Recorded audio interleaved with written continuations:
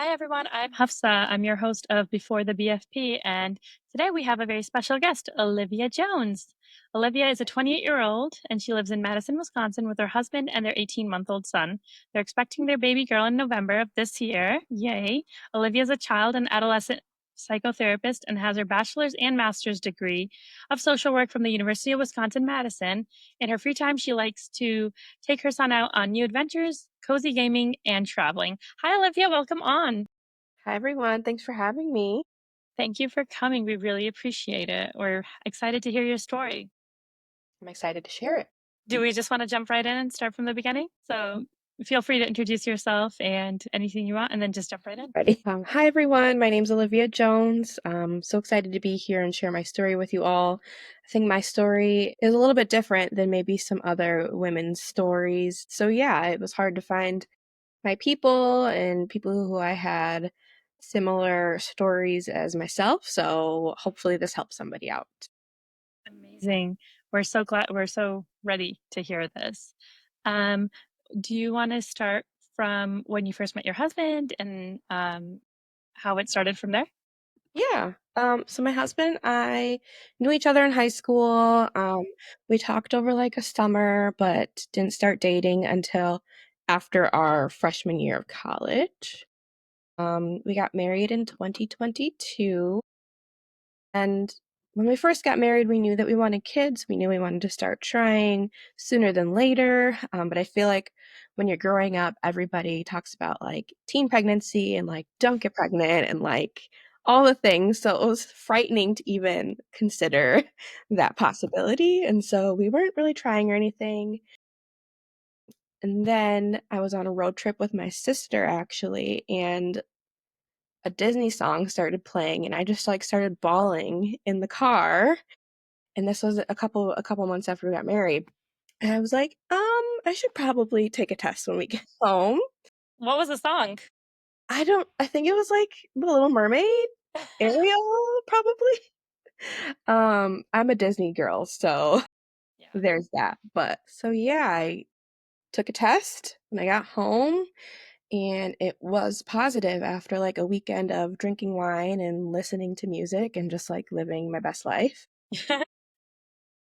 So getting the big fat positive was never really the issue for me. The issue was staying pregnant after I was pregnant, which is why I feel like my experience differs from maybe some other women, and is hard in a different way.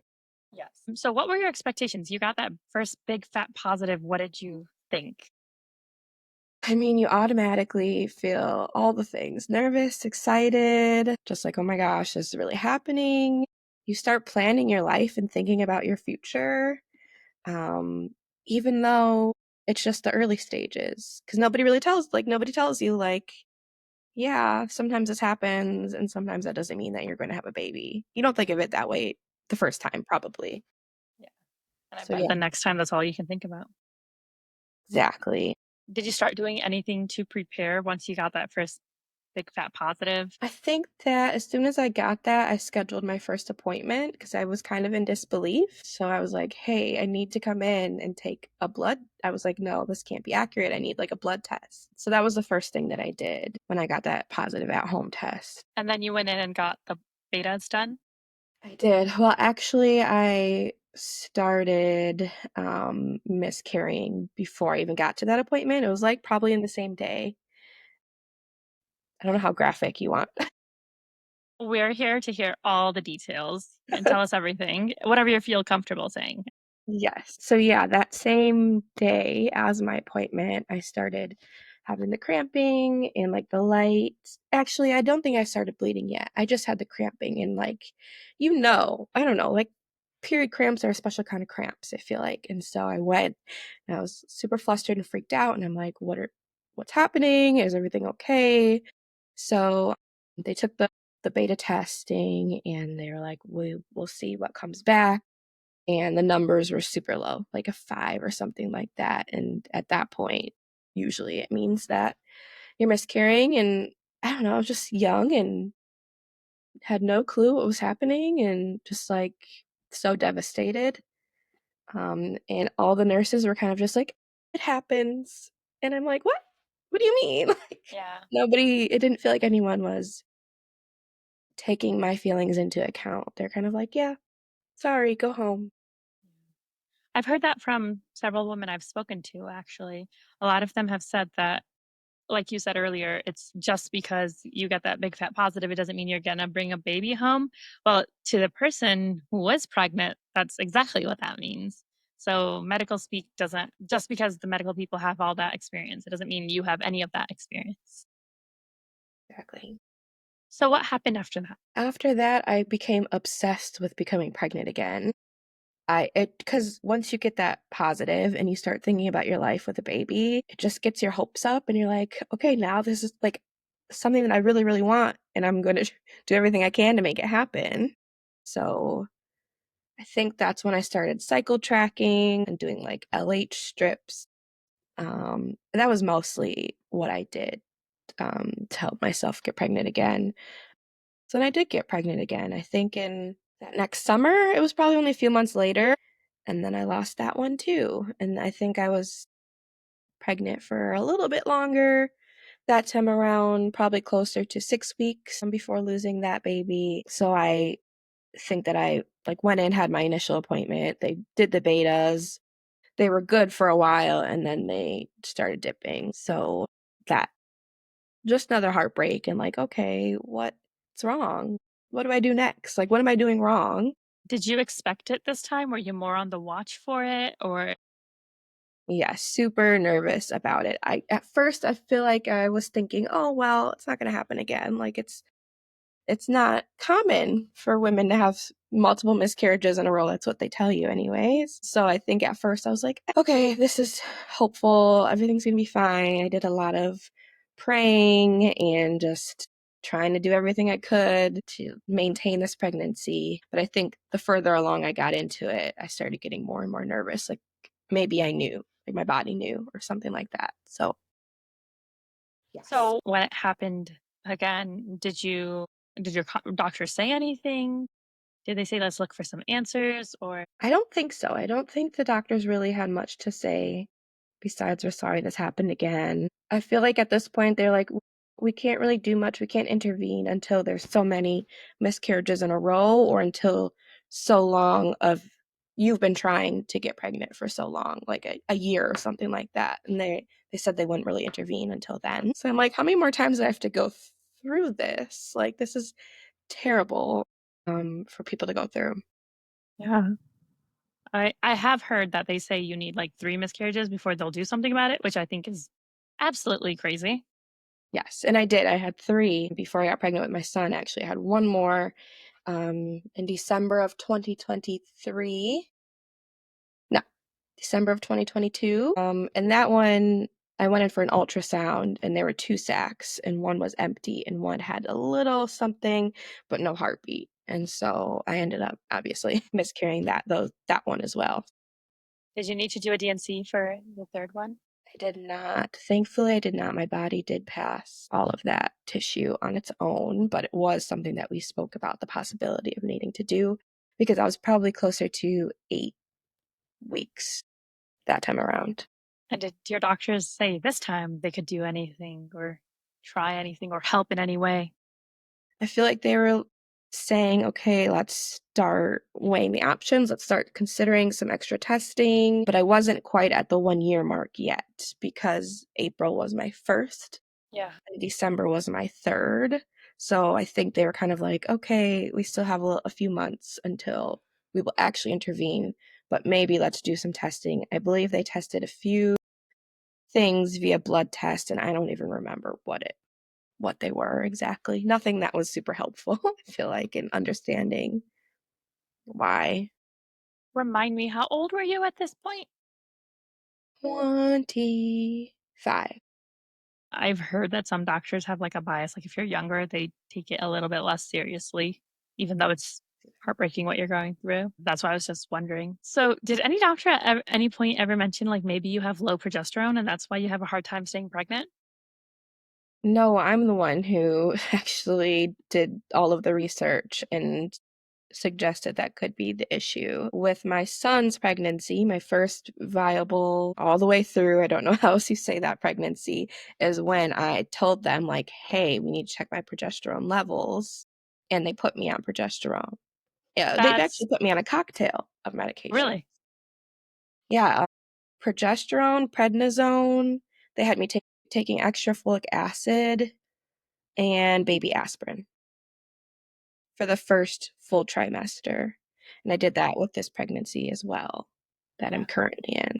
So walk me through like your state of mind when you're doing all this like research. I'm assuming you're like just going crazy at this point before your son's pregnancy or even up to your son's pregnancy. Yes, actually, after I got pregnant with my son, I ended up getting into therapy, having my own therapist who specialized in infertility, women who are going through infertility, families who are going through it, because just that anxiety of losing that pregnancy again and am I doing the right thing? And I remember with this cocktail of medicines that they had me on, the disclaimer was that it could cause like cleft lip or different abnormalities in your baby.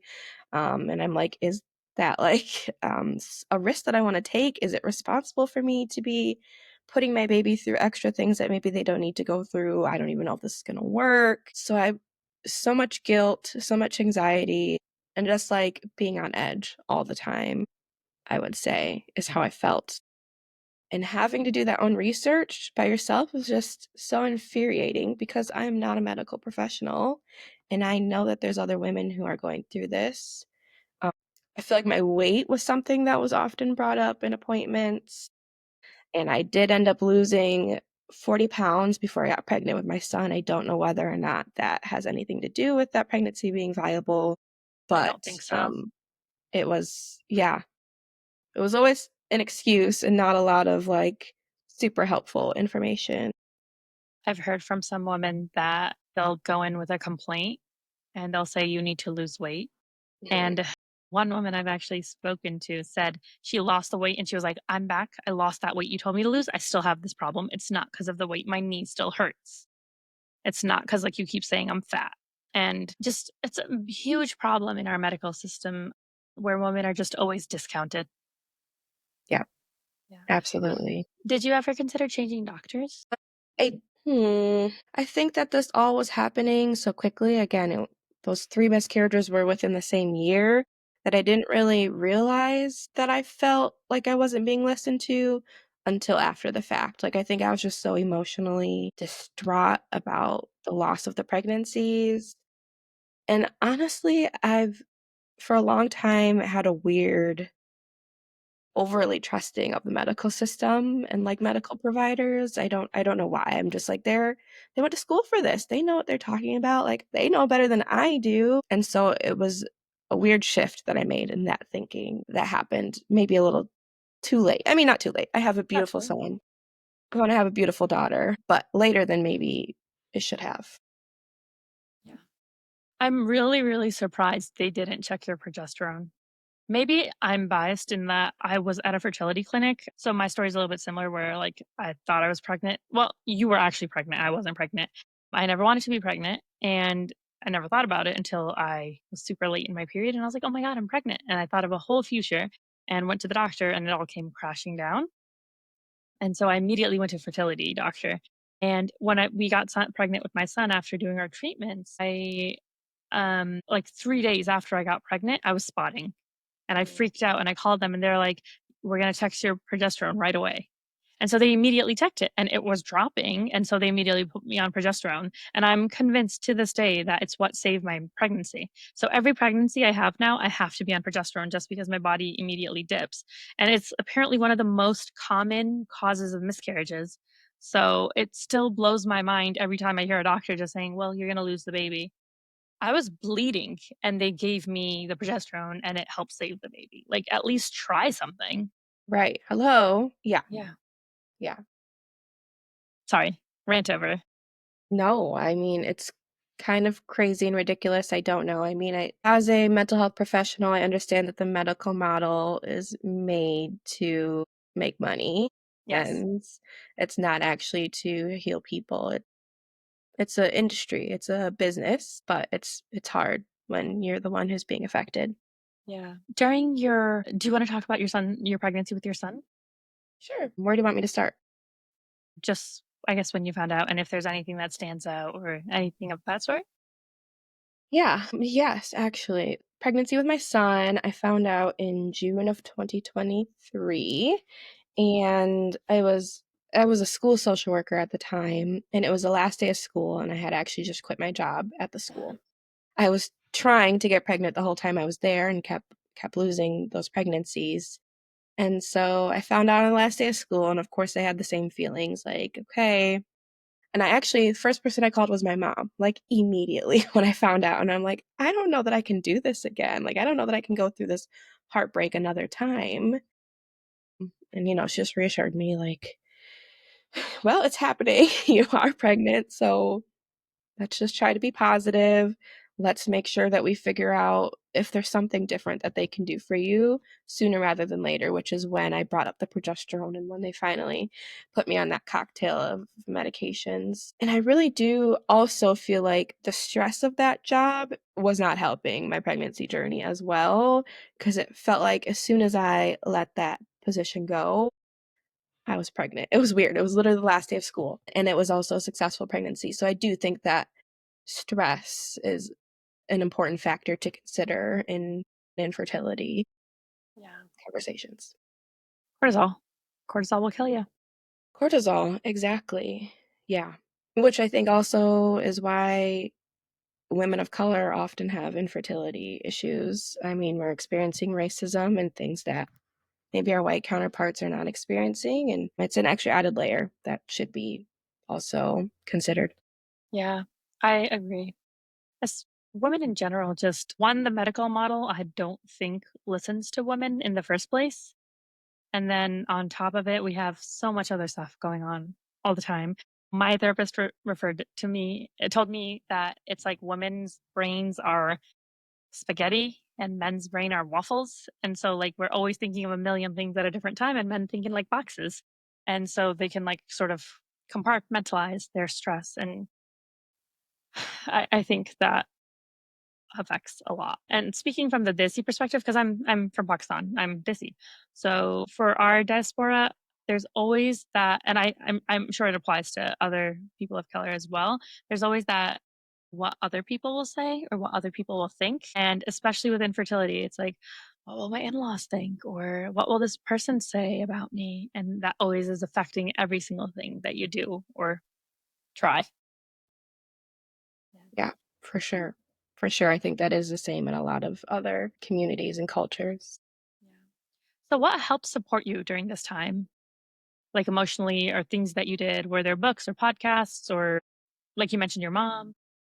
My mom, my therapist that I was seeing specifically for the infertility and the anxiety of being pregnant after pregnancy loss. One thing I did that really helped ease my mind was I went on like Pinterest and found a bunch of just quotes, like pregnancy positive quotes, like my body's made for this, this baby is meant to be mine, like a bunch of different just quotes about pregnancy. And I made like a collage and put it as my screensaver on my phone. Found that really helpful. And then joining like online groups. I have the Pre-Mom app, and they I have, loved that one. yeah, great communities on there for people who are trying to conceive. And so that was super helpful for me. I used to stalk that app. They had like a forum. I was on it all the time looking at other people's tests, and like, and they'd be like, "Can you see the line?" And Yeah. it'd be like VVFL or Lions. BF line eyes, baby dust everywhere. Yeah. That was a great forum. I really like that actually. It just reminded me of when I was trying to get pregnant with my son, how in the zone I was. You like lock, I remember you lock in, like nothing else matters Yeah. besides figuring out. Yeah. Yeah, totally. If you could go back and talk to yourself at the start of this journey, what would you say to Olivia then? Push your doctors more, advocate for yourself, because I'm not, like I said, I'm not great at that. I usually just trust what the medical professionals say, and that's not a good habit to get into, especially as a woman of color. Yeah. And I think that stress part of it too, getting rid of the things that don't need to be stressful in your life. 'Cause I do think that helped. I have a question for you. Did your Mhm. husband go to any of your appointments with you? All of them. Yes. Did it ever feel like they took you more seriously when he was with you? I'm gonna say no because my husband is a black man, so I think it's different, and no. I always felt weird when he was not with me, though. So maybe. I don't know, I've never considered that. Maybe if you there's no way to tell now, but I was gonna say maybe if you hadn't gone to some of them, and then he went to one and they were nicer to you, because I know I was pregnant during COVID, so he could never come to a single appointment or any fertility clinic thing, but he was able to come during my daughter, and I noticed a huge difference in care. Even though he would just, Interesting. like, sit there quietly and just, like, stare at things because he's a very shy person. But his just, like, I feel like his presence really helped Mhm. people take like, if I complained about a pain and he would, like, kinda pop up and be like, "Yeah, it hurts," they would do something about it versus not do something about it. Instead of saying, like their favorite line is, "Well, that's pregnancy. It's normal. Like, "Are you sure?" My arm is broken. It's pregnancy." Pregnancy. The beautiful cycle. Yeah. What do you wish other people, your friends or families, anyone else, understood about infertility or trying to conceive or losses? Just how lonely it really is. You just feel like on an island, and a lot of people kind of forget about you and that pregnancy. I think you well, I guess with mine, I was super early on and I didn't share it with many people, but I think that the people I did tell soon forgot about it and moved on, and I did not, and I was not okay, and people were not checking in on me, and it really is a hard time to be alone. This I'm a little bit of a Swiftie. This just reminded me of like a song where she's like, "Everyone moved on, but I'm still at the restaurant." It's what you said just sounds just like that. So since your pregnancies were all earlier, when you found out that you were pregnant with your son and it was sticking, for a lack of a better word, when what did you feel less comfortable telling people because of how people had reacted in the past, or I I wasn't believing it myself, I think was the real setback. It really set in when I found out that he was gonna be a boy, because then you start thinking about them and their life and their name and who they're gonna be. Um, so I found out around the 12-week mark when most people are these days. Well, actually, people are finding out very early, but I yeah, was so around early? 12 weeks. And so I didn't share with, like, the internet or, like, my extended family till I was about 20 weeks along with my son, because I still was in denial, I think. So around 12 weeks, you found out he's a boy and you're like, "Yes, this is gonna Okay. happen." Like, you became more it felt more firm in your mind. Mhm. With the rest of your pregnancies, you just didn't believe it most of the time. Yeah, I never got far along enough, I feel like, to even allow myself to be excited or believe it. And really, I remember when he was born, I was just, like, in shock. Like, I didn't cry, I didn't smile. Like, I was just sitting there just staring like, "Oh, this is my son, he's here." Like, I feel like a lot of people cry and like, "Oh, my baby," and I was just dead silent and just, like, in shock that he was actually here, if that Yeah. makes sense. And I Like, you think couldn't that believe that it actually happened all the way through. Yeah. That's that sounds right. yeah, Especially I've spoken with some people who've had losses, and a lot of them have reiterated the same thing where, like, they can't believe that they finally made it through, like, it finally happened after many recurrent losses. mhm, That sounds I know, like, you got your son at the end, but that doesn't discount everything that you went through and all that pain and emotional trauma. for sure, it's still even with this 2nd pregnancy, I still feel some of that, and well, not 2nd pregnancy, 5th, Yeah. but hopefully 2nd baby. Yeah. Did did when you became pregnant with your daughter, did that bring up a lot of the tension, the anxiety that you had? Oddly, not as much as I thought it would. I got pregnant with her pretty quickly. I mean, my son was 12 months old. We had only tried 1 cycle. Like, we had just started trying. I tracked my ovulation and, all the things. And I feel like I was just so preoccupied with my son that I didn't have time to really like pour all of that emotion and anxiety into this new pregnancy. It just is happening. Yeah. You're so busy with a toddler running around.